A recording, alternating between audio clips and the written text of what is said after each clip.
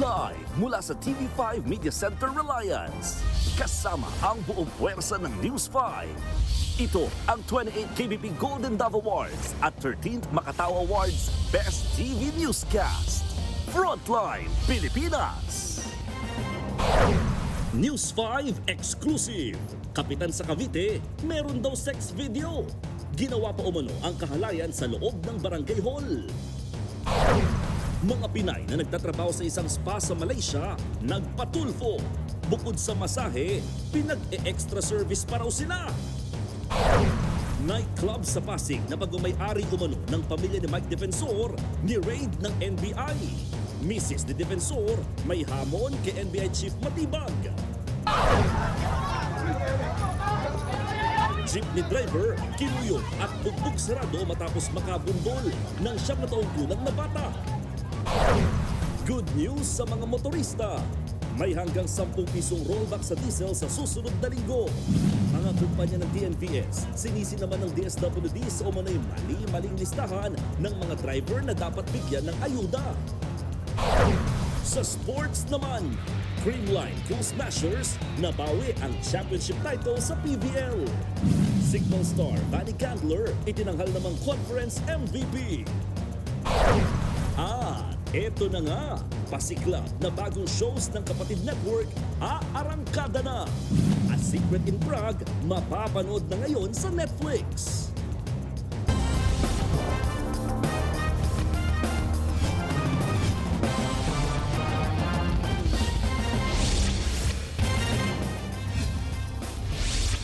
Nabundol ng jeep ang 9 na taong gulang na babae sa Cagayan de Oro City. Ang driver nataranta, kaya nagulungan pa ang biktima. Sa kasamang palad, hindi na umabot sa ospital ang bata. Habang ang driver, bugbog sarado ang inabot sa taong bayan. Aniya sa frontline sa balita si Brel Montalvo ng News 5 Mindanao.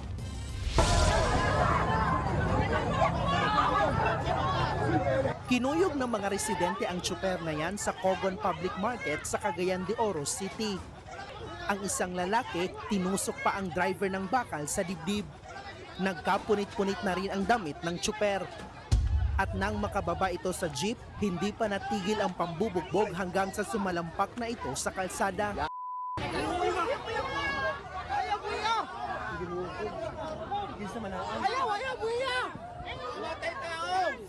Nabundol at nagulungan niya sa ulo ang 9 na taong gulang na babae na si Rayray na nagtitinda lang noon ng eco bag.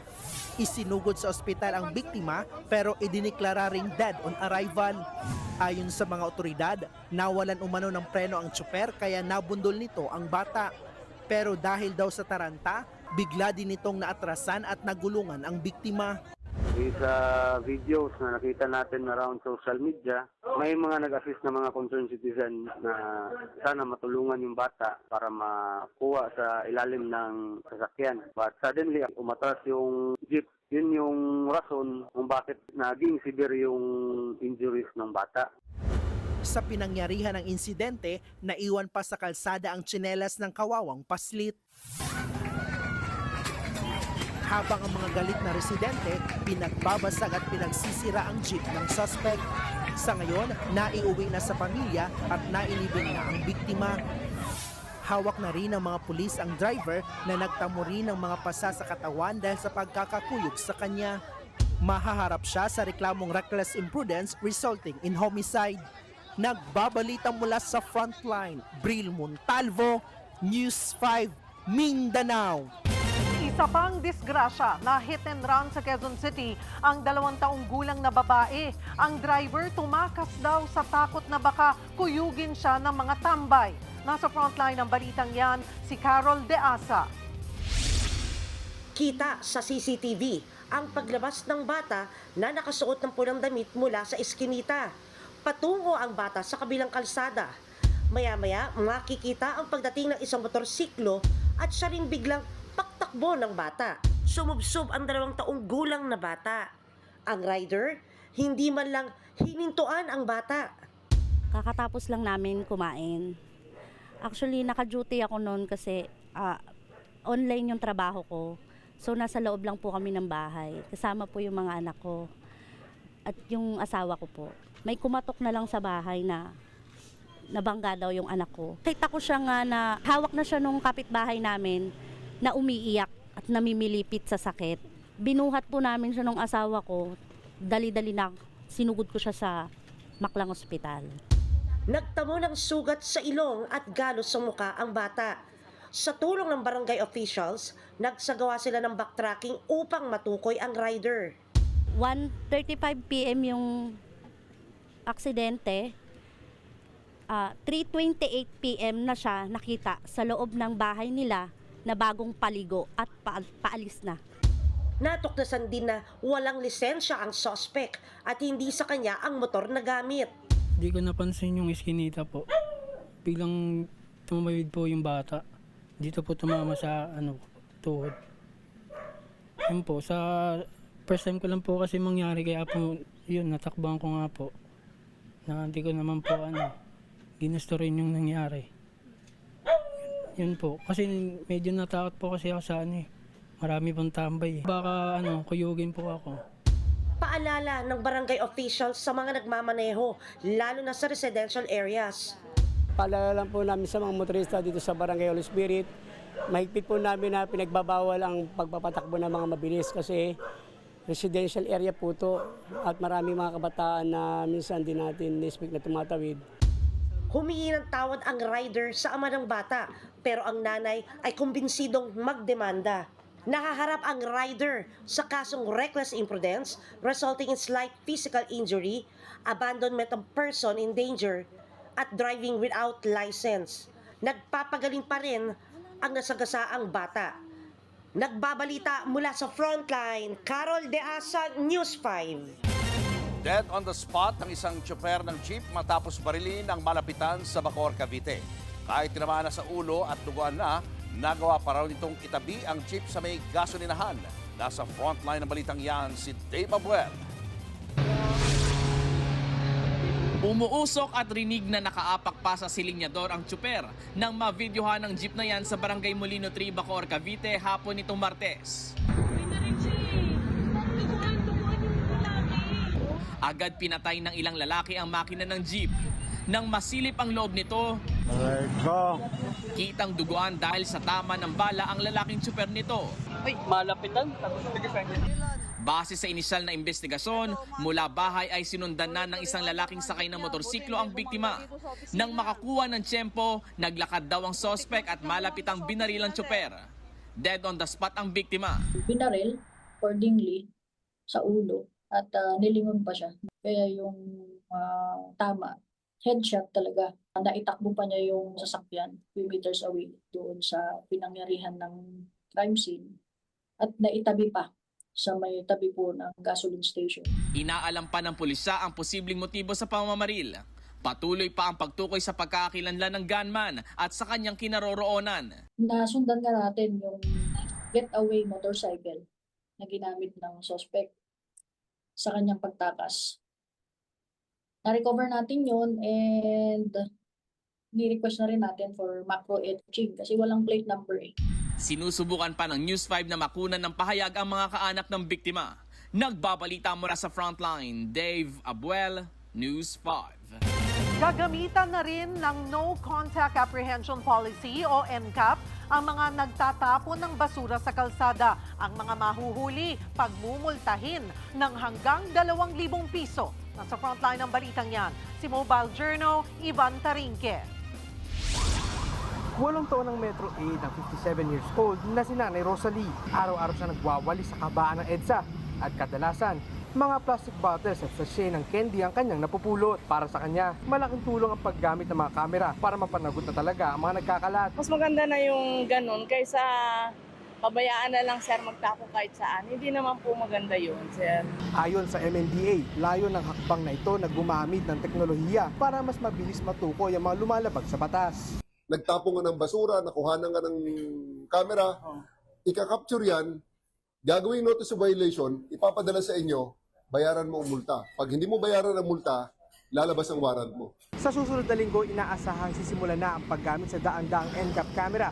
para tutukan ng illegal littering. Inaayos na lang ang guidelines at koordinasyon sa mga LGU na tutulong sa pagpapaabot ng mga notice of violation. Ang mga mahuhuli, posibleng pagmultahin ng 500 hanggang 2,000 pesos na kailangan bayaran.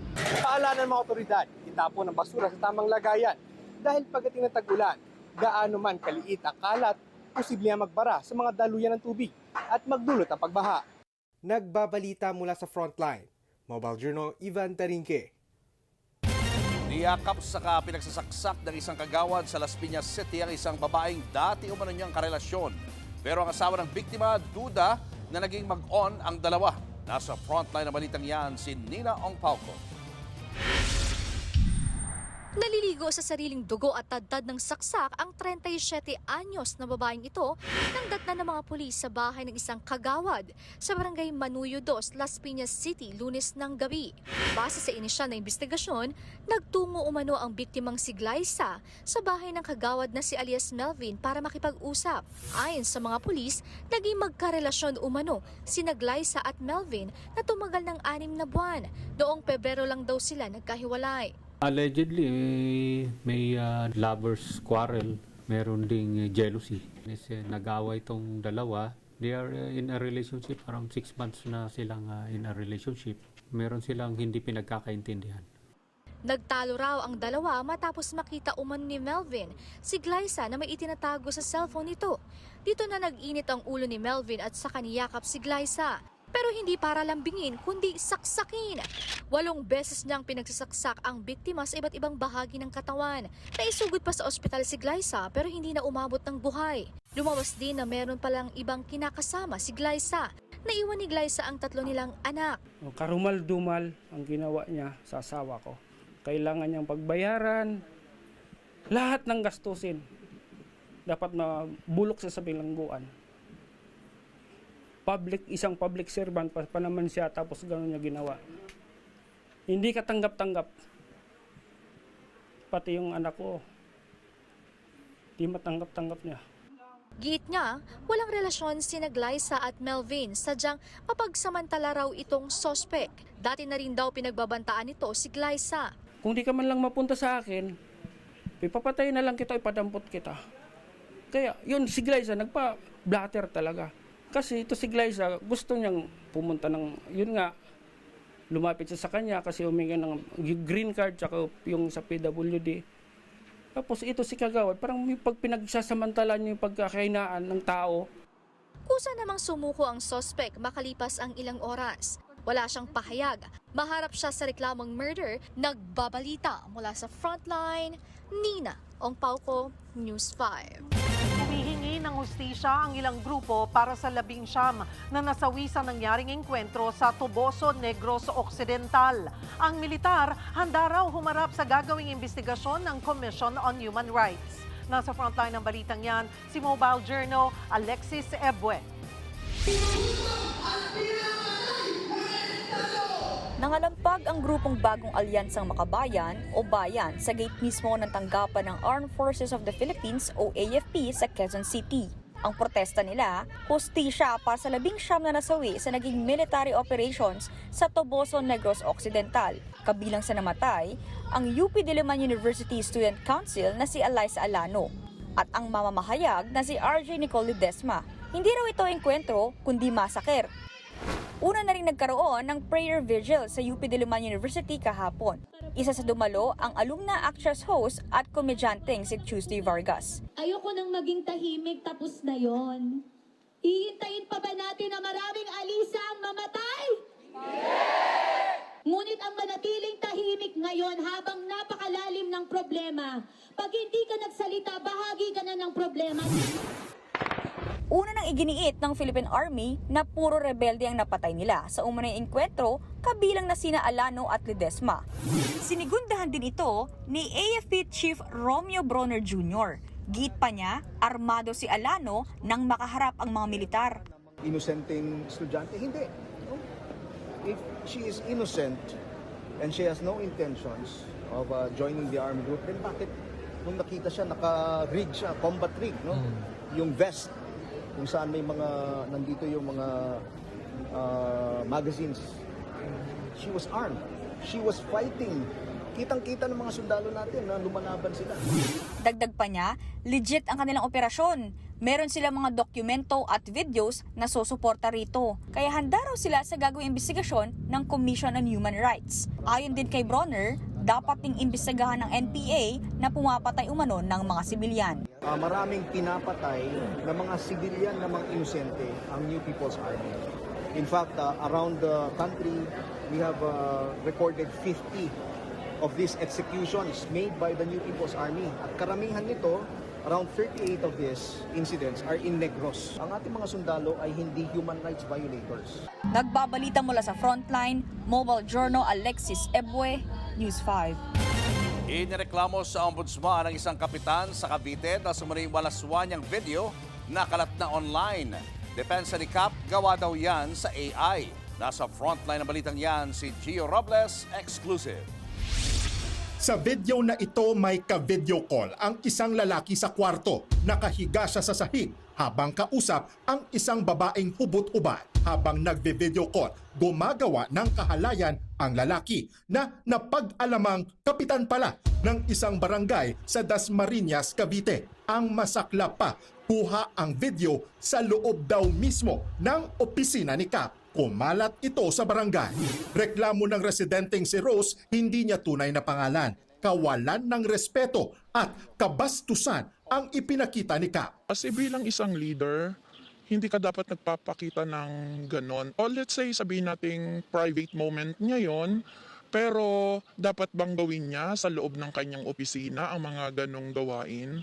Ikinababahala ni Rose at ng iba pa na lalo pang kumalat ang video at mapanood ng mga bata sa kanilang lugar. Hindi po maganda, lalong-lalo na social media po at saka mga madaling ikalat lalo sa mga bata. Ano na lang po ang sasabihin ng mga bata kung hindi yan mabibigyan ng disciplinary action? Maging ang ilang kagawad ni Cap, inirereklamo rin ang viral video gaya ni Junjun. Hindi niya tunay na pangalan.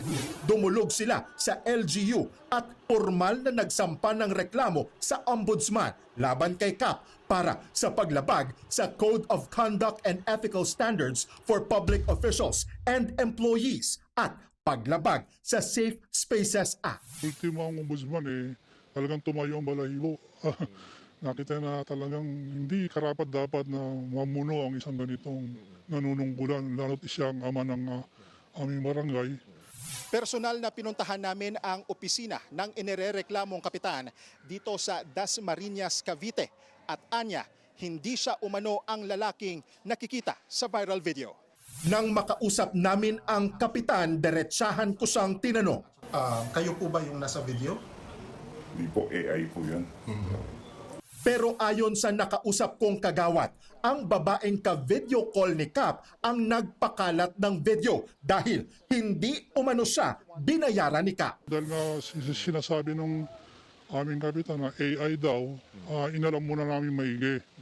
Nagpasarap daw silang dalawa tapos hindi raw binayaran. Naniniwala naman si Cap na pinupolitika lamang siya. Sa video kumakalat po is part of yan.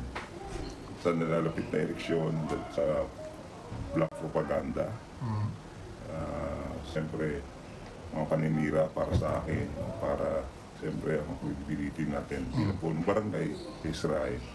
Nai-report na sa LGU ang viral video at sinusuri na ang authenticity nito. Nagbabalita mula sa Frontline, Gio Robles, News 5.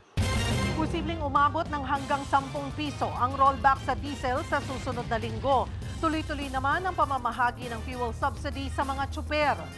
Live mula sa EDSA Mandaluyong, nasa frontline ng balitang yan, si Gerard de la Peña. Gerard, may mga naging problema ba sa payout ng ayuda ngayong araw?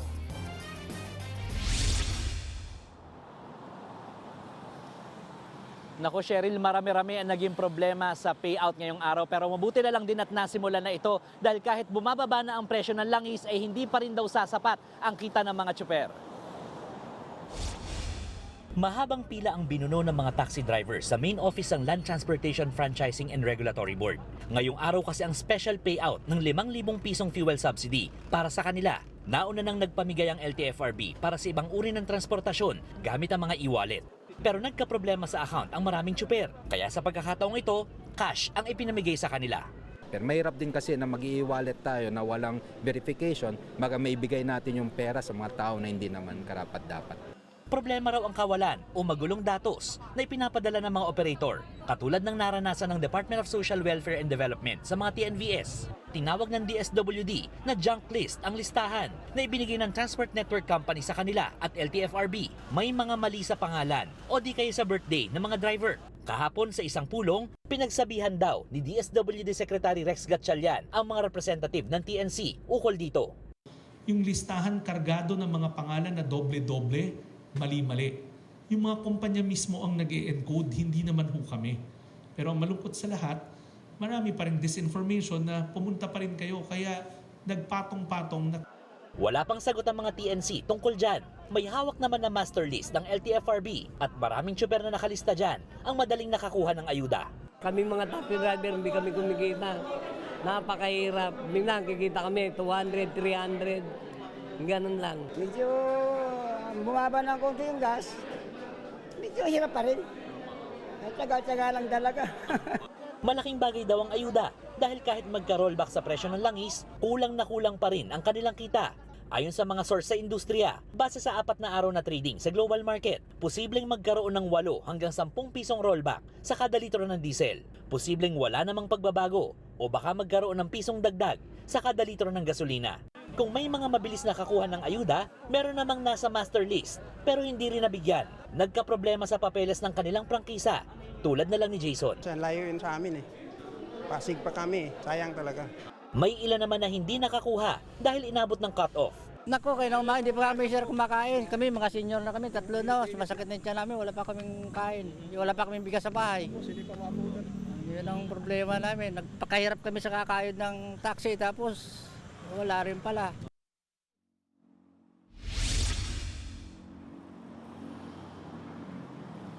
Cheryl, kanina sinabi rin ni LTFRB Chairman Vigor Mendoza II na meron silang 10 tsuper na nahuli na nag-attempt pa rin na kumuha ng fuel subsidy kahit nakakuha na sila noon. So itong 10 ito ay papatawag yung kanilang mga operator sa tulong ng isang show cause order para pagpaliwanagin. At ang mensahe rin ni Chairman Mendoza sa mga tsuper ay huwag daw silang subukan. Cheryl. Gerard, sabi mo nga nasa 8 to 10 pesos yung pwedeng i-roll back sa diesel next week. Bakit ganito lamang kaliit kumpara sa mga nakalipas na linggo? At yung sinasabi mo rin doon sa gasolina, posibleng wala or madagdagan pa ng piso ang gasolina?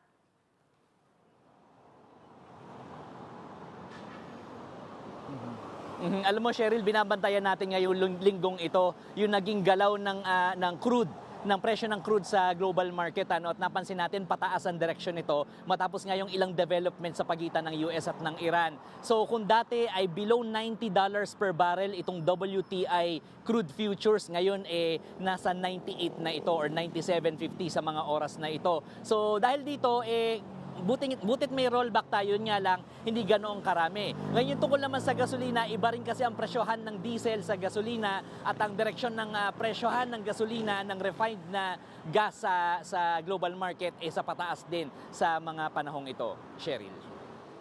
Maraming salamat, Gerard de la Peña. Nasa state of calamity ang San Jose del Monte sa Bulacan dahil sa problema ng supply ng tubig. Mag-iisang taon na raw na hirap sa tubig ang mga residente. Nasa frontline na balitang yan si Laila Pangilinan. Hile-hilera ang mga balde ng tubig sa San Jose del Monte City sa Bulacan. Hinihintay ng mga residente ang rasyon ng tubig. Mag-iisang taon na pala ang ganitong eksena sa lugar. Ang senior citizen na si Esperanza, nahihirapan na raw sa ganitong sistema. Pwede lang sana palitan na ang prime water para hindi na mahihirapan ang mga taong bayan. Sobrang hirap po kagaya naming mga senior citizen na hindi naman kaya magbuhat ng mga timba-timba kung wala kaming kasama sa bahay. Si Chini, tambak ang hugasing plato at labada dahil walang dumadaloy na tubig sa kanilang gripo. Wala din pagbuhos ng mga ihi, matae, mga hugasin, nakatingga po. Kaya mahirap po talagang mawalan ng tubig sa pang-araw-araw. Ang mas masaklap, sinisingil pa raw sila ng bayad sa tubig. Dumarating po yung bill, pero wala naman pong nakokonsume na tubig. Mag-aantay ka ng magdamag. magpupuyat ka, wala naman po palang lumalabas sa gripo po na tubig.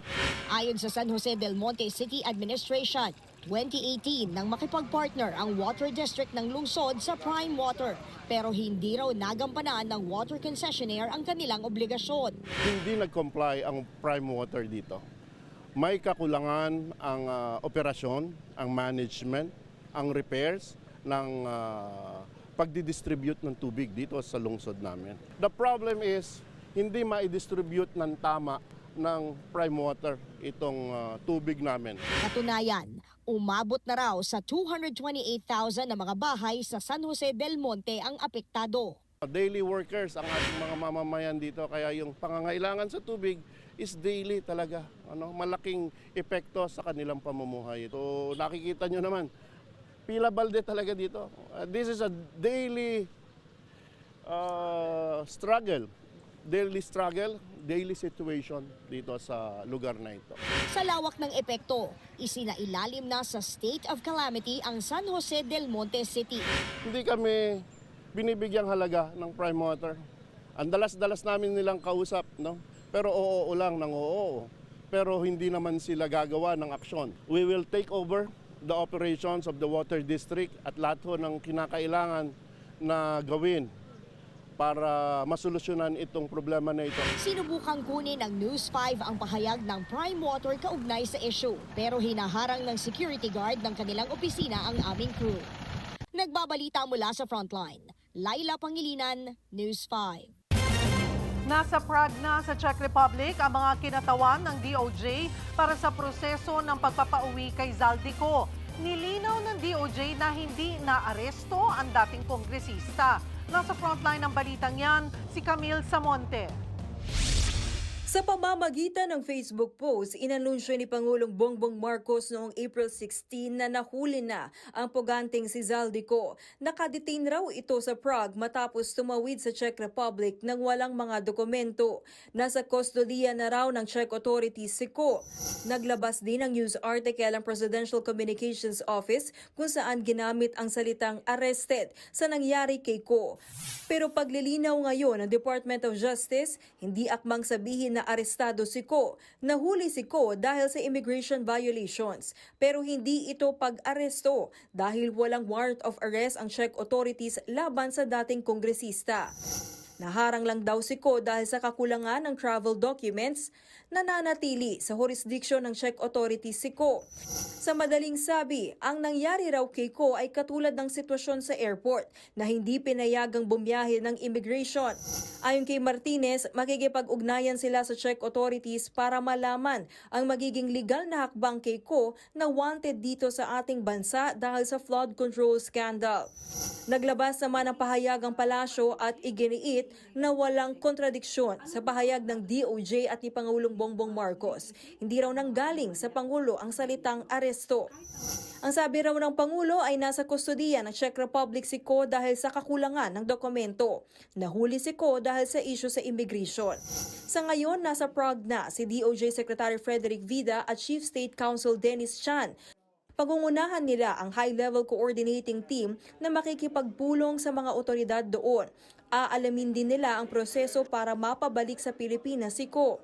Dala ng DOJ ang mga dokumento gaya ng warrant of arrest na inilabas ng Sandigan Bayan laban kay Ko sa kasong graft at malversation kaugnay ng flood control scandal. Kasama rin dyan ang kautusan ng pagkansela ng pasaporte ni Ko. Magbibigay daw ng detalye ang DOJ oras na magsimula na ang dialogo. Nagbabalita mula sa Frontline, Camille Samonte, News 5. Pinangunahan kanina ni Pangulong Bongbong Marcos ang pamahagi ng ayuda sa Batangas.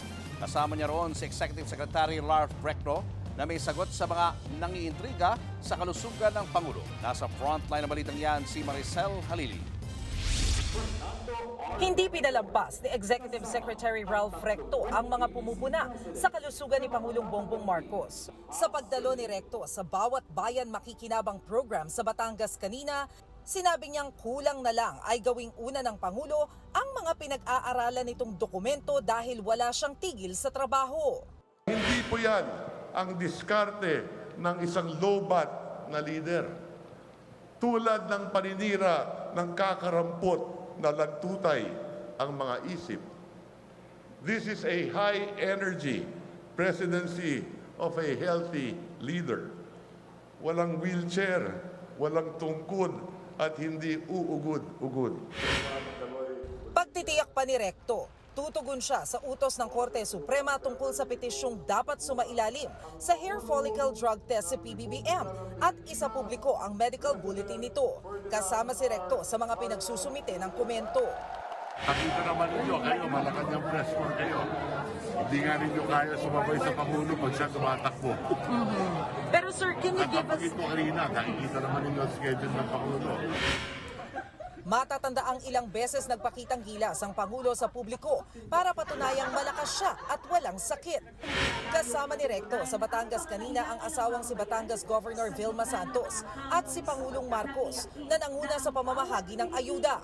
Bukod sa tig 10 kilong bigas na pinamahagi sa mga Batanggenyo, may tig 100,000 pesos din kada barangay na ilalaan para sa 5 estudyanteng mapipili na maging scholar. Makakatanggap sila ng tig 20,000 pesos mula sa Local Government Support Fund. Magandang makita at nakakatuwa na malaman na kayong lahat ay magtatapos dahil sa aming itong bagong programa namin. Kaya kailangan ma-develop na kayo na pagka kami wala na, kailangan nandiyan kayo, handa kayo. At ito ay isang maliit lamang na bagay na may tulong namin. Hindi na nagsalita pa si PBBM tungkol sa paratang ni Vice President Sara Duterte na binaback-upan umano niya si dating Senador Sonny Trillanes kaya malakas ang loob nitong magsalita ngayon sa Kongreso. Back-up din umano ni Trillanes ang ani Duterte na law bender na mga kongresistang tumanggap ng mga mali-malitang pera. Wala rin daw alam dito si Recto. Hindi ko alam yung last minute, pero sa dami ng mga travel authority, nangyayari talaga yan na a day before na ilalabas natin. Nagbabalita mula sa Frontline, Maricel Halili, News 5. Sa Cebu nasapol sa CCTV ang isang motor na nadisgrasya sa kurbadang kalsada. Ayon sa barangay, hindi lang yun ang unang beses na may naaksidente sa naturang lugar. Naasa frontlining balita si John Naroa ng News 5 Visayas. Sa pakurbang bahaging ito ng kalsada sa barangay Cansumuroy sa Balamban, Cebu, nasapol sa CCTV ang pagsalpok ng isang rider. Sa lakas ng impact, tumilapon ang dalawang sakay nito na parehong sugatan. Nagpapagaling na sila sa ospital. Nawalan umano ng preno ang rider kaya sila nadisgrasya. Ayon sa barangay, takaw aksidente talaga sa naturang bahagi ng kalsada. Katunayan, noong nakaraang taon, dalawang sasakyan ang nasapul din sa CCTV na nagkabanggaan. Ang isa sa mga sasakyan, tumaob. Pati ang mga dumaraang truck, hirap dyan. Nang puntahan ng News 5 ang accident-prone area na yan, nakilala namin ang motoristang si Brian Dugono. Kahit daw siya na residente sa lugar, ay minsan na rin nadisgrasya doon. Itong dulong mo na yun nga, buran mo siya ganang... Malalim talaga yung pababang kalsada dyan. Hinawakan ko ng mahigpit yung brake pero ayaw na talagang gumana. Alam daw yan ng mga tauhan sa barangay Cansumuroy at ilang beses na silang nagpaalala sa mga motorista na mag-ingat sa pakurbang bahagi ng kalsada. Sagaran yun sa wala maswito. Mahirap kasi daanan yung kalsadang yan, lalo na dyan sa banda ng DPWH. Kailangan ang daanan sa lugar na yan. Maghinay-hinay lang. Nagbabalita mula sa Frontline, John Arua, News 5, Visayas! Nasa 1,000 miyembro ang kumagat sa isang investment scheme kung saan triple raw ang balik ng pera kahit natutulog lang sila. Ang kaso, ang mga tao na ako sa kanila niyan naglaho na parang bula. Nasa frontline ng balitang yan, si Mobile Journal, Alexis Ebue. Nag-aalala ngayon ang mga nagpasok ng pera sa investment platform na Avante Consortium. Nasa dropshipping and forex trading daw ito. Mabilis silang nahikayat na mag-invest dahil nagkalat online ang posters ng kumpanya. Pero ngayon, hindi na mahagilap ang mga opisyal ng Avante. Ang problema, milyones ang pinuhunan ng iba, lalo't ang pangako ng kumpanya, tripling balik ng pera nila. Sinasabi lang nila na gano'n, no? Wala kang gagawin, kahit tulog ka, kikita ka. Which is, pinaranas talaga nila sa amin. Sa short period of time, makapag-payout ka once, twice, or thrice, pero maliliit na halaga lang yon. Para mas ma-hook ka pa, maengganyo ka na dagdagan yung investment mo. Isang araw, biglang pinag-aalis daw sila sa group chat at deactivated na ang mga accounts ng mga taong sa likod ng Avante Consortium. Labis naman ang paghihinayang na na-scam ng online seller matapos magpasok ng malaking halaga ng pera. Hindi po ako makatulog kasi ang hirap po isipin eh. Hindi naman po yun namin pinaghirapan po namin yun. Sinusulsulan pa raw sila mangutang, magsanla o kaya gamitin ang kanilang savings dahil mababalik naman daw. Ang ginawa ko, ginamit ko po muna yung pantuition ng anak ko. Kasi 21 days pa nakabakasyon po mga bata ngayon eh. So sabi ko mapapalago ko pa to. Pinasok ko po doon. Ayon sa isang miyembro, nasa 1,000 silang biktima ng kumpanya. Inaanyayahan naman ng DICT ng Cybercrime Investigation and Coordinating Center ang mga miyembro na na-scam para ma-actionan ng kanilang reklamo. Sinusubukan pa namin kunin ang pahayag ng nasabing investment firm. Nagbabalita mula sa Frontline, Mobile Journal, Alexis Ebue, News 5. Nasagip ang higit 50 babaeng ibinubugaw umano sa isang KTV bar sa Pasig. Ayon sa NBI, konektado sa pamilya ni dating Congressman Mike Defensor ang bar, pero agad yang tinabla ng misis ni Defensor. Nagbabalik si Mobile Journal, Alexis Ebue. Sinalakay ng National Bureau of Investigation ang isang KTV bar sa Ortigas, Pasig nitong Martes. Kasunod yan ang natanggap nilang impormasyon na may human trafficking sa lugar. Pagpasok, tumambad ang 54 na babae kabilang ang isang Taiwanese. Sinagip ang mga babae na biktima umano ng illegal recruitment at pambubugaw. Ayon sa NBI, tumambad din ang mga illegal na droga sa KTV bar. May hagdanan nito na konektado sa isang hotel kung saan dinadala ng mga parokyano ang mga babaeng biktima. Aabot sa 5,000 hanggang 10,000 ang ibinabayad ng mga parokyano. Kinatok ng mga operatiba natin, nandoon na may ilan na may lalaki, may kasama na babae. At meron na rin pag-amin yung mga nirescue natin, pati yung mga individual na na-interview natin. Kasunod ng operasyon, kumalat online ang dokumento kung saan sangkot ang asawa at anak ni dating Congressman Mike Defensor sa kumpanyang nagmamayari ng nasabing KTV. Kumpirma naman ng National Bureau of Investigation ang nakasaad sa dokumento. This operation is a rescue dun sa mga victims ng human trafficking. And upon rescuing them, that's the only time we discovered when seeing the documents. Ito pala, ang mga may-ari, yung asawa nga ni Mike Defensor at anak niya. Pero sa isang pahayag, mariing itinanggi ng asawa ni Mike Defensor na si Julie ang koneksyon nila sa nasabing establishmento at illegal na operasyon nito. Mensahe niya para kay NBI Director Matibag, huwag gamitin ang kanilang pamilya kung mayroong personal na galit o alitan sa politika sa kanyang asawa. Pero ang sagot ni Atty. Matibag, unang-una, you have to face the law. Kung mayroon kayong ginawa na illegal, dapat panagutan. Nung nag-operate sila nito, dapat naisip na nila nito. Tapos ngayon, may nangyayaring illegal na involve yung pamilya mo, i-connect nyo doon sa politika. I don't think that is fair. 16 ang naaresto sa operasyon. 26 naman ang balak sampahan ng kaso kabilang ang mag-ina ni Defensor. Iimbestigahan din ng NBI kung paano nag-leak ang confidential documents. Nagbabalita mula sa Frontline, Mobile Journal, Alexis Ebue, News 5. Kapapasok lang pong balita, may nasusunog na pampaserong bus sa EDSA Ortigas Flyover ngayon lang. Kasalukuyang rumeresponde dyan ang mga bombero. Wala pang detalye sa ngayon tungkol sa lagay ng pasahero ng bus.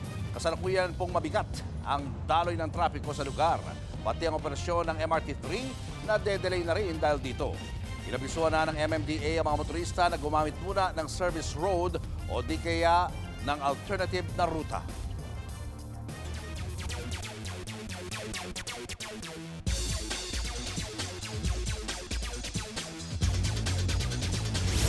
Nagdagdag pa ng isa ang Creamline Cool Smashers sa kanilang gold medal haul sa PVL.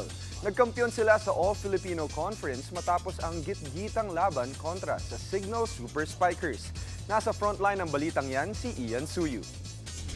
Umaatikabo ang muling paghaharap ng Creamline Cool Smashers at Signal Super Spikers sa Game 2 ng PVL All-Filipino Finals sa Big Dome.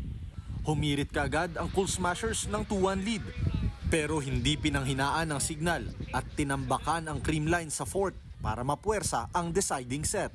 Nakabuo ng 8-6 na kalamangan ng Signal sa pangunguna ni Vanny Gandler at Erica Santos. Pero tila nabuhayan ang Cool Smashers at bumanat ng 8-3 flurry. Natapos ang laro sa championship clinching block ni Tots Carlos kay Gandler. 11 for the Creamline Cool Smashers. Top scorer sa larong yan si Finals MVP Bernadette Pons na may 22 points, habang nag-ambag naman ng 18 puntos si Carlos. Composure at tapang, yan ang naging puhunan ng Creamline Cool Smashers para mauwi ang kanilang pang-11 kampyonato, pinakamarami sa buong kasaysayan ng liga.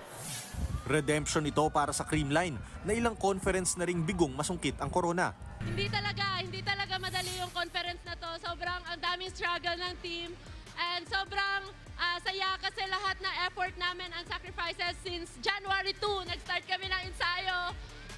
Worth it! Samantala, pinarangalan rin ang top individual performers ng All-Filipino Conference. Nasungkit ni Bella Belen ang Top Rookie Honor at Best Opposite Spiker Award. Best Opposite Spiker rin si Brooke Van Sickle ng NLEX Chameleons, habang Best Setter naman si Jel Cayuna. Best Middle Blockers naman si Riza Nogales ng Zeus Coffee at Pangs Panaga ng Creamline. Best Opposite Spiker naman si Trisha Tubu ng Farm Fresh Foxes at Best Libero si Kath Arado ng PLDT High Speed Hitters. Nakuha naman ni Vanny Gandler ang kanyang kauna-unahang conference MVP trophy. Pahinga muna ang PVL teams at sunod na aabangan ang paparating na All-Star event sa Candon, Ilocos Sur sa darating na May 1. Nagbabalita mula sa Frontline, Ian Suyu, News 5. Showbiz, eto na nga!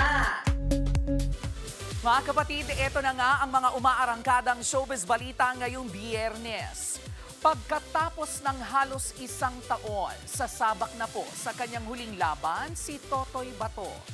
Sa finale episode ng Kapatid Action Serye, maghaharap na sina Totoy at ex-BFF niyang si Dwayne, played by Diego Loizaga. Pero kung magkakasundo na ba sila o tuluyan ng friendship over, malalaman po natin yan mamaya. Mula sa obra ni Carlo J. Caparas, unang binigyang buhay ni The King Fernando Po Jr. ang role ni Totoy at minana naman ni kapatid action Prince Kiko Estrada.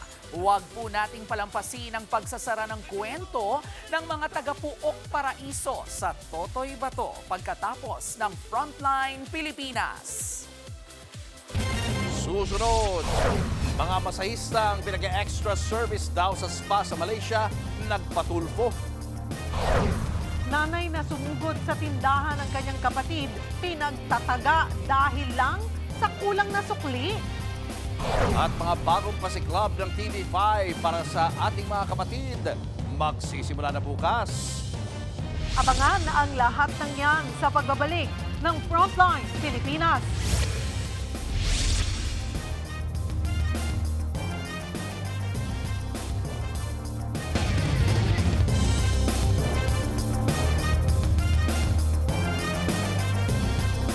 Mga kapatid, Julius Babaw po, nasa Middle East o saan mang dako ka ng mundo, manatiling may alam at may pakialam sa mga mainit na balita dito sa ating bansa. Simulan po natin ang bawat araw sa tuloy-tuloy na balitaan sa Frontline. Mag-follow at mag-subscribe sa social media pages ng News 5.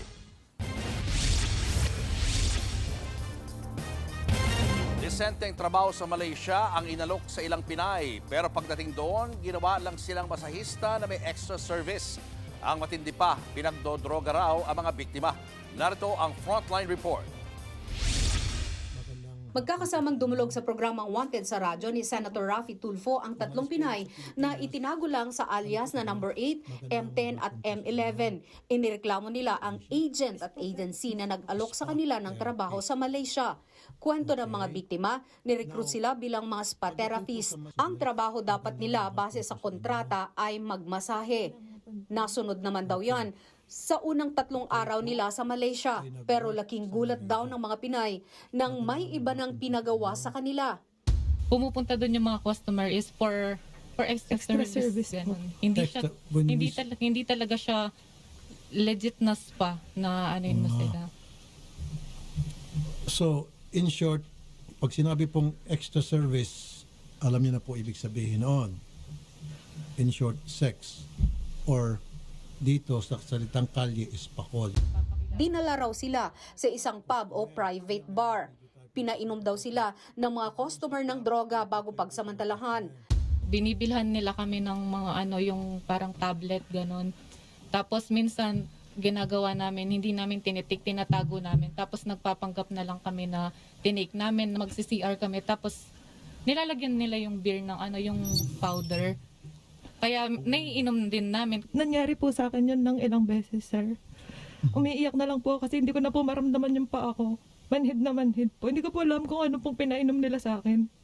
Labag man sa kanilang kalooban, wala raw silang magawa dahil hawak ng kanilang Chinese-Malaysian employer ang kanilang mga passport. Hindi rin daw sila makapagsumbong agad sa mga otoridad dahil may parokyano silang mataas na police official. Mabuti na lang daw at nakahanap sila ng pagkakataon na tumakas. Ikwinento nila yan sa hiwalay na panayam ng News 5. Yung exit way ko po is nung sinaktan po ako ng boss ko. Tapos nagkita po kami sa police station, nakuha ko po yung passport ko. Hindi na po ako bumalik sa facility niya. Nangako naman si DMW Undersecretary Bernard Olalia na ipapa-blacklist ang employer upang hindi na makapag-recruit ng mga Pinoy. Pananagutin din daw nila ang local recruitment agency na nagpadala sa mga Pinay. Pagamat nag-withdraw or nakipag-areglo na ang ating OFW, gagawa tayo ng paraan na ang complainant ay ang Department of Migrant Workers. Yun. At hindi yung OFW. Okay. No? Gagawa tayo ng paraan na ang complainant mismo will be the department itself dahil mandato po natin yan, hindi natin pababayaan. Nangako rin si Olalia na tutulungan ang mga biktima na sumailalim ng psychosocial services.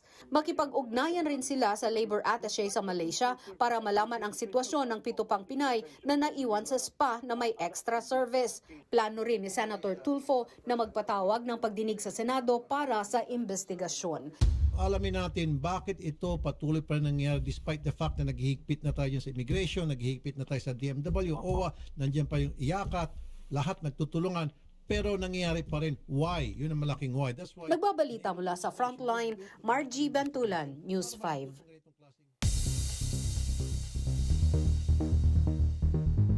Nag-flex ng puwersa ang Iran hinggil sa ipinatutupad nitong seguridad sa Strait of Hormuz. Sa video na inilabas ng Iranian state media, makikita kung paano sinalakay ng kanilang speedboat ang isang cargo ship.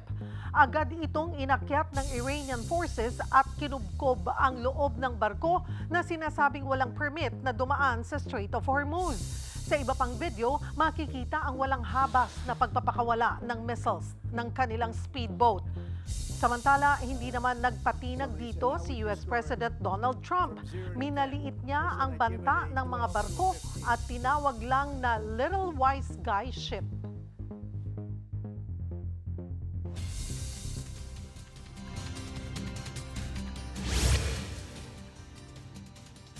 Weather update tayo mga kapatid. Nandito po tayo ngayon sa Ohana Wave Resort sa San Juan, La Union para sa gaganaping Kapatid Day bukas. Kaya sa mga pupunta bukas dito sa La Union para umattend nga ng ating Kapatid Day, pagamat presko dito sa tabing dagat ay may kainitan pa rin po sa tanghal. Kaya pagandaan po natin yan ha.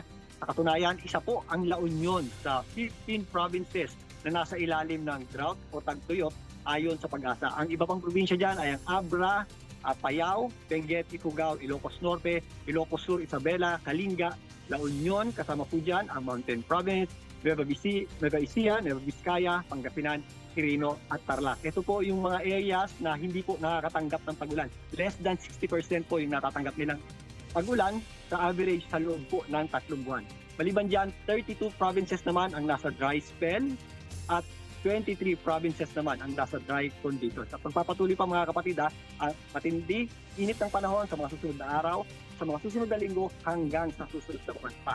At bukas nga, yung ating pinakamataas na heat index ay posible muling pumalo sa hanggang 44 degrees Celsius dyan po sa area ng Cotabato City. Samantalang papalo muli sa 43 degrees Celsius yung ating heat index dyan po naman sa area ng Cavite. Samantalang nasa 41 degrees Celsius yung ating heat index na aasahan sa mga areas ng Dagupan, Tuguegarao, dyan po sa Cagayan, Bulacan, Iloilo, Davao, kasama na po dyan ang butuan. Dito sa La Union, naglalaro sa 39 hanggang 40 degrees Celsius po yung ating heat index. Kaya po sa mga beach, bukas o ngayong weekend, galing po natin magdala ng sunblock at ang pag-inom po ng tubig, huwag natin kakalimutan para makaiwas po tayo sa dehydration. Sa Metro Manila, nagpapatuloy din pong mainit at malinsangang panahon, lalong-lalo na sa tanghali. Naglalaro naman po yung ating heat index dyan sa 37 hanggang 39 degrees Celsius. Pagkapit ng hapon, nagiging maula po yung ating panahon, pero napakababa po ang ating tsansa ng pag-ulan.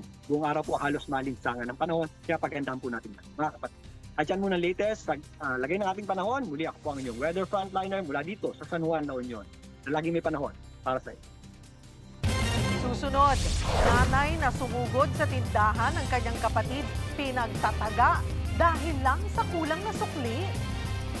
Sa pulsa video, tumagilid na oil tanker biglang sumabog. At mga bagong pasiklab ng TV5 para sa ating mga kapatid, magsisimula na bukas. Yan at iba pa sa pagbabalik ng Frontline Pilipinas.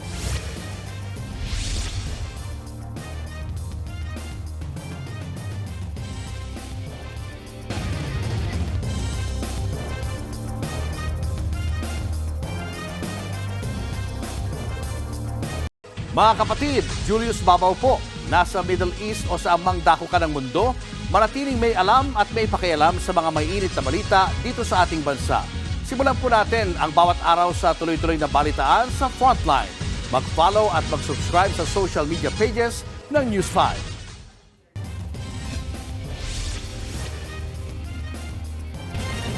Apat daw sa 8 co-perpetrators ni dating Pangulong Rodrigo Duterte ang posible raw ma-issuehan ng warrant of arrest ayon kay dating Senador Antonio Trillanes. Samantala, ipinunto naman ng ICC sa pag-usad ng kaso ni Duterte ang paggamit ng salitang nanlaban at ang mga umano'y DDS ghost employees. Nasa frontline ng balitang yan, si Camille Samonte. Matapos kumpirmahin ng International Criminal Court ang mga kaso laban kay dating Pangulong Rodrigo Duterte, igiit na may jurisdiksyon sila sa drug war noong miyembro pa ang Pilipinas ng Rome Statute. Ang tanong ngayon, merong bang susunod na posibleng ipaaresto ng ICC sa Interpol?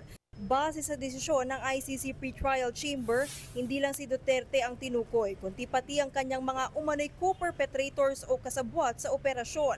Kabilang sa mga pangalang binanggit sa dokumento ng ICC, sina dating PNP Chief at ngayon Senator Ronald Bato de la Rosa, Vicente Danao, Camilo Casculan, Oscar Albayalde, Senator Bongo, Dan Tigueran at Isidro La Peña at dating Justice Secretary Vitaliano Aguirre II. Sa programang Sa Totoo Lang ng 1PH, sinabi ni dating Senator Antonio Trillanes na tingin niya merong mga mai-issuehan dyan ng warrant of arrest. I still maintain na ang maximum nito ay 4 ang mai-issuehan ng warrant kasama na si Digong Duterte. So ano na lang siguro yan hanggang kay General Albayalde, aside kay Bongo, Bato, tsaka kay Digong. Dagdag pa ni Trillanes, kailangan daw ng panibagong kaso para ipaaresto ang iba pang sangkot. Tungkol naman sa mga kaso ni Duterte, formal na nga siyang tinukoy ng ICC bilang akusado para sa crimes against humanity, partikular sa murder at attempted murder. At ayon sa pretrial chamber, may substantial grounds o sapat na basihan para sabihing indirect co-perpetrator siya. Kumbaga, si Duterte ang nag-utos, nag-udyok o tumulong sa mga krimen. Saklaw ng kaso ang panahon mula November 1, 2011 hanggang March 16, 2019, panahong alkalde siya ng Davao hanggang naging presidente ng Pilipinas at panahong kasabi pa ang Pilipinas sa ICC. Ang mga ebidensya namang pinagbasehan. Una, ang paggamit sa salitang nanlaban. Ayon sa mga testigo at ebidensya, maraming kaso umano na hindi totoong nanlaban ang mga biktima.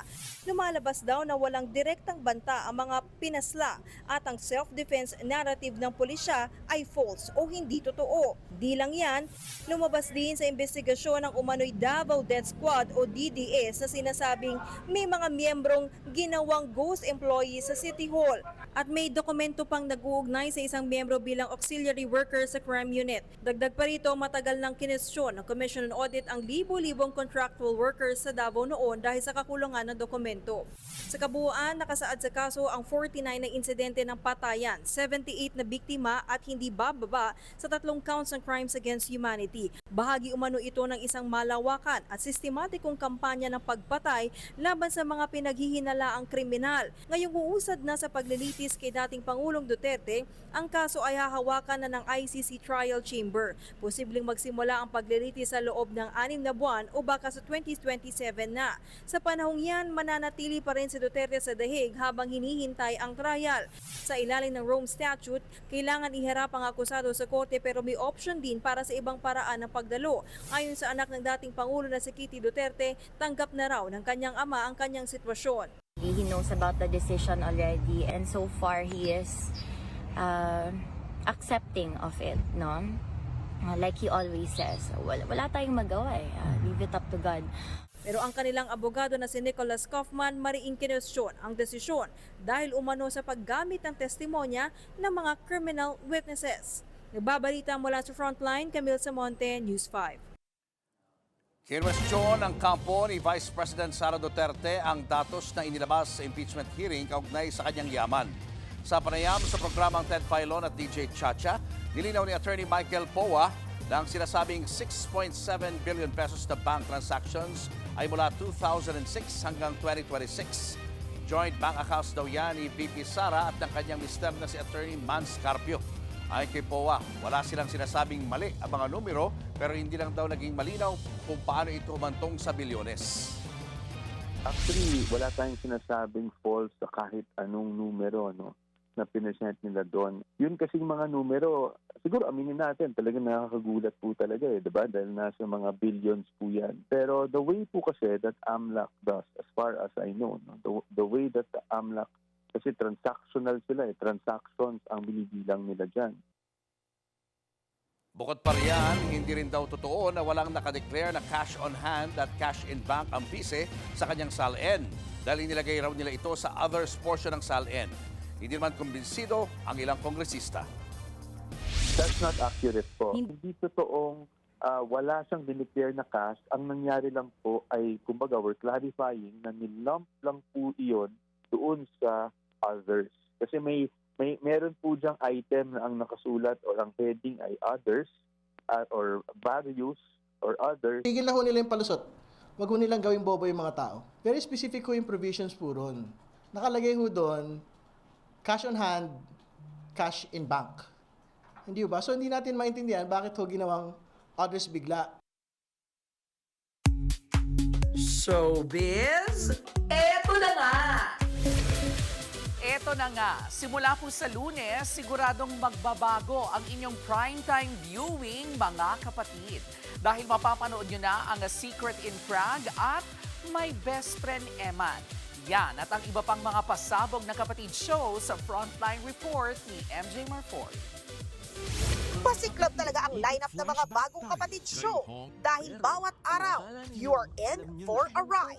Simula bukas, gagawin nating inspiring ang bawat hapon ng inyong weekend sa OG Diaz Inspires tuwing 4:15 p.m.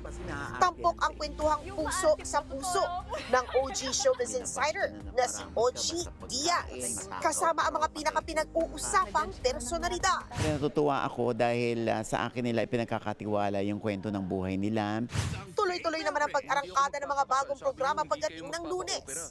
Uumpisahan niya ng certified kilig K-drama na The Story of Heart's Marriage Contract, starring K-superstars Isiong at Bayin-yu. Alin kaya ang mananaig, kontrata o ang pag-ibig na itinadhana? Ito na ang matindi dahil pagdating ng prime time, back-to-back na premium shows ang bibida. Ma'am Beautiful! Boy! Hello! Meets girl. Yara, Michael D. Pinagpala. you keep the money, but you owe me a beer. That's Oh. the Oras na para ibunyag ang mga sikreto sa A Secret in Prague pagdating ng alas 8. Top billed by Enrique Hill at kapatid star Andrea Brillantes bilang sina Mikoy at Kiara. Ang kanilang storya, gagawing mas makulay ng bawat karakter. Nagagampanan ng bigating lineup of stars simula na ngayong araw. Napapanood na ang serye sa Netflix. Mula naman sa Czech Republic, balik Pinas tayo with my best friend Emma. Tanong mo sa Diyos kung anong gusto niyang gawin mo.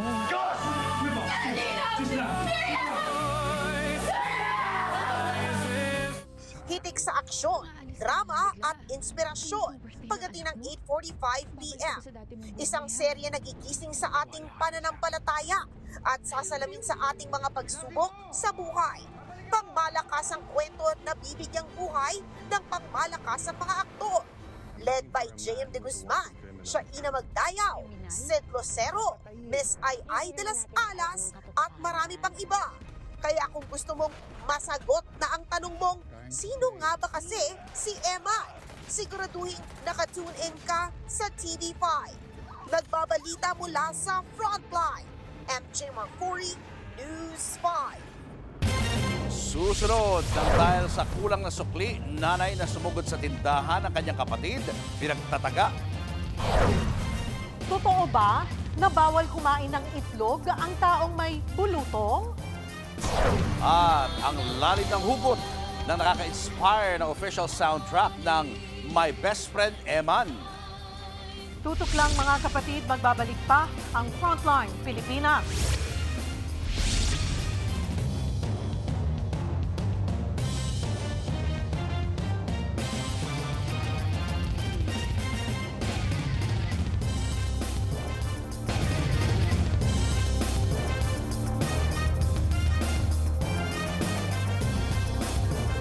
Mga kapatid, Cheryl Cosim po. Nasa Estados Unidos, Canada o saan mang dako ka ng mundo, manatiling may alam at may pakialam sa mga mainit na balita dito sa ating bansa. Simulan natin ang bawat araw sa tuloy-tuloy na balitaan sa Frontline. Mag-follow at mag-subscribe sa social media pages ng News 5.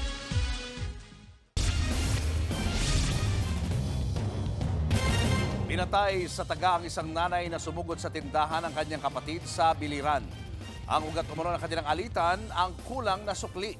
Narito ang Frontline Report. Sa tindahan na ito sa Sitio Ansay, Barangay Union, Kaibiran, Biliran, nangyari ang pagpatay sa 40 years old na si Elias Rose. Nagsimula yan ng utusan ni Rose ang kanyang anak na bumili sa tindahan na pagmamay-ari ng nakababata niyang kapatid na si alias J, 25 years old. Nang makabalik ang bata, hiningi raw ni Rose ang sukli. Pero nang malamang kulang ito, doon na sumugod ang biktima sa tindahan ng kanyang kapatid. Siguro kung dinala yung sukli or pumunta yung nanay or yung biktima ma'am, doon mismo sa tindahan ng kapatid niya. Tapos may mga doon ma'am na saan yung sukli, ganito, ba't kulang or may heating arguments na, tapos hindi naasahan, nangyari yung krimen ma'am. Gamit ang itak, doon na nga tinaga ni Jay ang kanyang ate.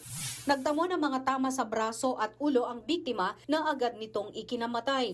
Bagamat nakatakas ang suspect, agad naman siyang natunto ng mga autoridad sa kabilang barangay.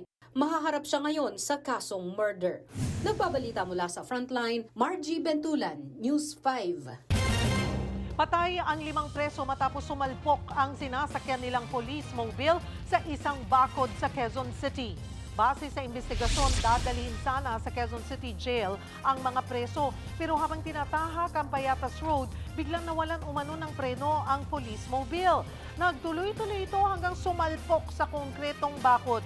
Bukod sa mga nasawi, kritikal ang isa pang preso at sugatan ang 4 na pulis.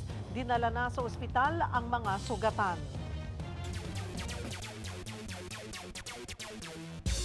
Panalo sa Madrid Open doubles sina Pinay tennis sensation Alex Ayala at Turkish partner niyang si Zeynep Sonmez. Tinalo nila ang pares ni Fanny Stoller at Chan Hao Ching 6-2, 6-2. Inabot lang ng 1.5 oras bago nila natalo ang kalaban.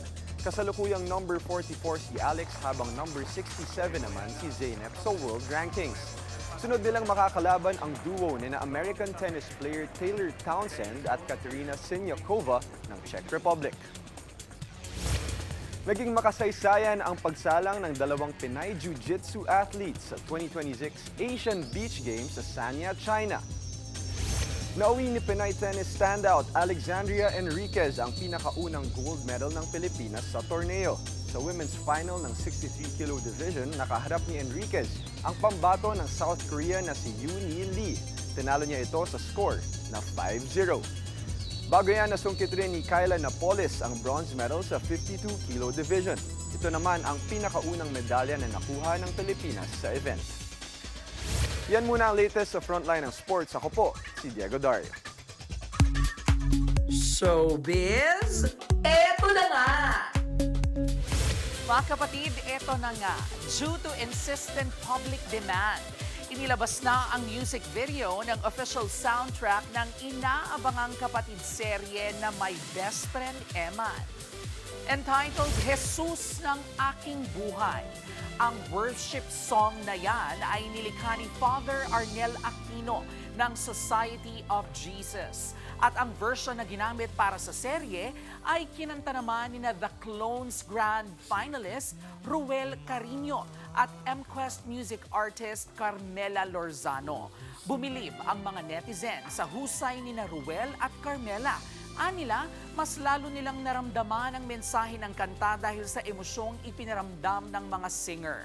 Mapapanood po ang My Best Friend Eman simula sa Lunes, April 27, 8:45 p.m.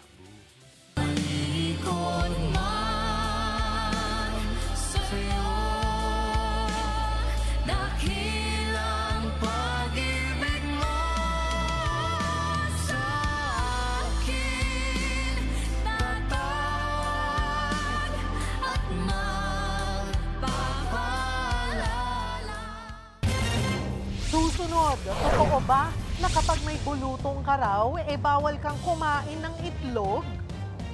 Oil tanker na tumagilid sa kalsada biglang sumabog. At mga OPM band na Sandwich at Autotelic makikisaya sa beach party sa LU kasama ang ilang kapatid stars. Utok lang mga kapatid, magbabalik pa ang Frontline Pilipinas.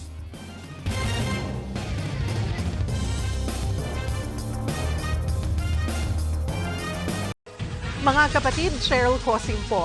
Nasa Estados Unidos, Canada o saan man dako ka ng mundo, manatiling may alam at may pakialam sa mga maiinit na balita dito sa ating bansa.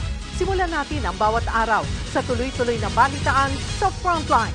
Mag-follow at mag-subscribe sa social media pages ng News 5.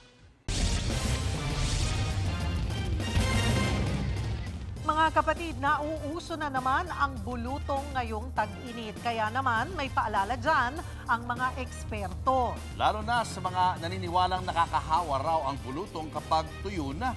Nasa Frontline na balitang yan si JC Cosico. Mula sa muka, dibdib, hanggang sa likod, hindi pinatawad ng chickenpox o bulutong tubig ang 1 taong gulang na si Baby CJ. 3 araw po, dumadami na po siya. Kwento ng kanyang lola na si Mary Ann Mangahas, nagsimula raw lagnatin ang bata nitong linggo. Kasabay niya ng pagsibol ng mga butlig sa iba't ibang bahagi ng mukha nito hanggang sa tuluyan na itong dumami. Gusto niya po laging nakakarga, nangangati, naiinitan po, ganun. Naawa po kasi lalo na po sa gabi, hindi po masyadong makatulog. Nahawaan lang daw ang bata ng kanyang tita Laika na mag-iisang linggo na ring may bulutong. Pero mas malalaki naman ang sa kanya. Ang lalaki po nung sa kanya, ayan. Ito po, ang lalaki. Tapos, ayan, sa mukha niya po. Sa ngayon, may mga iniinom na silang gamot para ma-manage ang mga sintomas ng bulutong tubig. Pero isa ba kayo sa mga naniniwalang nakakahawa ang bulutong kapag tuyo na lahat ng pantal at wala ng likido? Hindi raw yan totoo. Ayon yan sa pediatrician na si Dr. Benny Atienza. Hindi rin daw inirekomendang i-expose dito ang mga bata habang maaga pa. Bakit mo i-expose? May bakuna na nga. Pabakunahan. Prevention is better than cure. Yung sinasabing bawal kumain ng itlog o manok pag may bulutong tubig. Fake news din daw yan. Maliban na lamang kung may allergy ang isang tao sa mga ito. Hindi naman grabe yung chickenpox or lesions. It depend on the immunity ng bata. Kasi pag ikaw ay may sakit, kailangan mo nga protina di ba? essential yun sa ating diet, palalo na yung may sakit, para tayo ay mas mabilis gumaling. Ang bulutong ay dulot ng varicella zoster virus at karaniwang nakukuha tuwing tag-init. Naipapasa ang bulutong tubig sa pamamagitan ng close contact sa mga taong meron ito. Kaya naman kapag meron ito, panatilihin daw ang hygiene, mag-isolate at iwasang kamutin para hindi magpeklat. Nagbabalita mula sa Frontline, JC Cosico, News 5. Showbiz, eto na nga! Mga kapatid, ito na nga. Sa mga naghahanda ng kanilang weekend getaway, sakto po ito para sa inyo. Sugod na mga kapatid sa Ultimate Beach Party sa LU. Imbitado po kayo sa Red Hot Kapatid Summer sa San Juan Beachfront. Libre po yan. Kabilang sa mga magpe-perform ang OPM bands na Sandwich at Autotelic.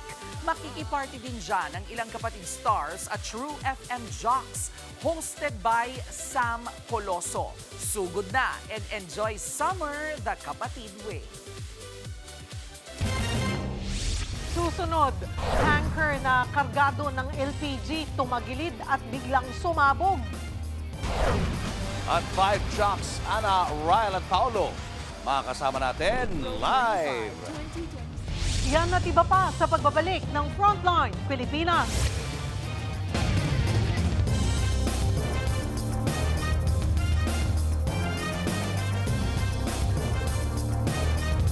Mga kapatid, Julius Babaw po, nasa Middle East o saan mang dako ka ng mundo, manatiling may alam at may pakialam sa mga mainit na balita dito sa ating bansa. Simulan po natin ang bawat araw sa tuloy-tuloy na balitaan sa Frontline. Mag-follow at mag-subscribe sa social media pages ng News 5.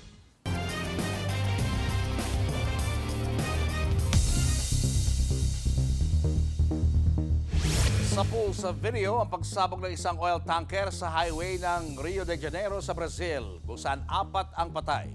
Kita sa video na bigla na lang nabalot ng makapal na usok ang kalsada. Halos wala na ngang naaninag dyan. Agad rumesponde ang rescue team. Pansamantala ring isinara ang highway habang inaalis pa ang sumabog na truck at mga nadamay na motorista. Hindi pa malinaw kung bakit ito sumabog. Showbiz, eto na nga! Mga kapatid, eto na nga. Dahil weekend na po bukas, join na sa Major Vibe Party kasama ang Vibe Jocks sa bago po nilang tahanan. Yes, mga kapatid, simula nga po bukas, ay live nyo nang mapapanood ang kapatid OPM Countdown Show na Vibe sa bagong MVP Studio. Dito lang po yan sa may Reliance Street sa Mandaluyong. Mag-e-enjoy na kayo sa live performances ng mga OPM artists. Makakabanding nyo pa ang mga Vibe Jocks. At syempre, huwag po nating kalimutan na iboto ang inyong mga paboritong artist para siguradong pasok sila sa Vibe Leaderboard. At kasama nga natin live sa Frontline Pilipinas ang ilan sa ating Vibe Jocks. Anna Ramsey. Ayan, Ryle Santiago. Good evening po. At ang ating sige lang, kaya mo yan, laban lang. Paolo Angeles. Hawak niya ang beat. Hawak ang beat. Kaya. O ano, gaano excited kayo? Kami, excited din kami. Yes, grabe. Super excited and thrilled to have our own home. I know. Yes, and more than that po, very excited kami sa mga Vs natin kasi this time very accessible na. Much more. Yes. Dati po kasi palipat-lipat ko to ng bahay, nangungupahan. Ganyang level. Opo, pero now may sarili po kaming tahanan. And we'd like to thank the Vs and of course TV5, Signal and Kapatid, lahat ng mga kapatid for that. Ano itsura ng studio? Oo, yun daw ang pinaka-best. Grabe! First time natin nakita, super na-amaze kami talaga. Yes, And mas really maraming Vs na yung makakapanood. May movie room kami. Yes! Oh my wow! Naglatag na po ako ng bed with pillows. Pwede na tayo lumipat to. Pwede, tara na. Ang laki ng studio. Oo, naikot ko na yan eh. Naikot na namin yan. Akala nga namin tayo eh. Masyado daw tayong kokonte, maliit. Ang napakalaki at napakaganda ng kanilang bagong tahanan.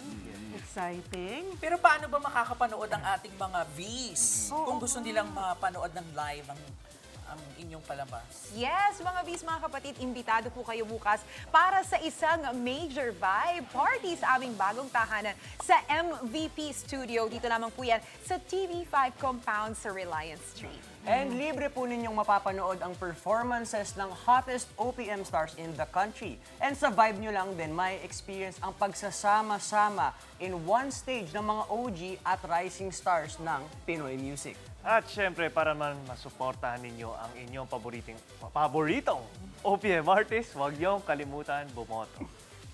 Ready? Vote your vibe, be the vibe! Yes, congratulations! Sana makabisita tayo doon. Yes! After po dito. Tara na, after this. Lakad lang tayo. Agad-agad. Lalakad lang naman tayo sa MVP Studio. Yes. Congrats. Abangan niyo ulit kami sa Lunes dito sa TV5 sa 1PH RPTV True TV at 105.9 True FM. Kami ang inyong mga kapatid sa Balitaan at Public Service. Walang iwanan sa Frontline Pilipinas.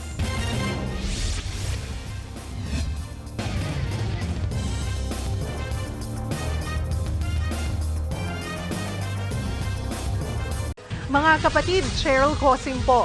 Nasa Estados Unidos, Canada o saan mang dako ka ng mundo, manatiling may alam at may pakialam sa mga mainit na balita dito sa ating bansa. Simulan natin ang bawat araw sa tuloy-tuloy na balitaan sa Frontline. Mag-follow at mag-subscribe sa social media pages ng News 5.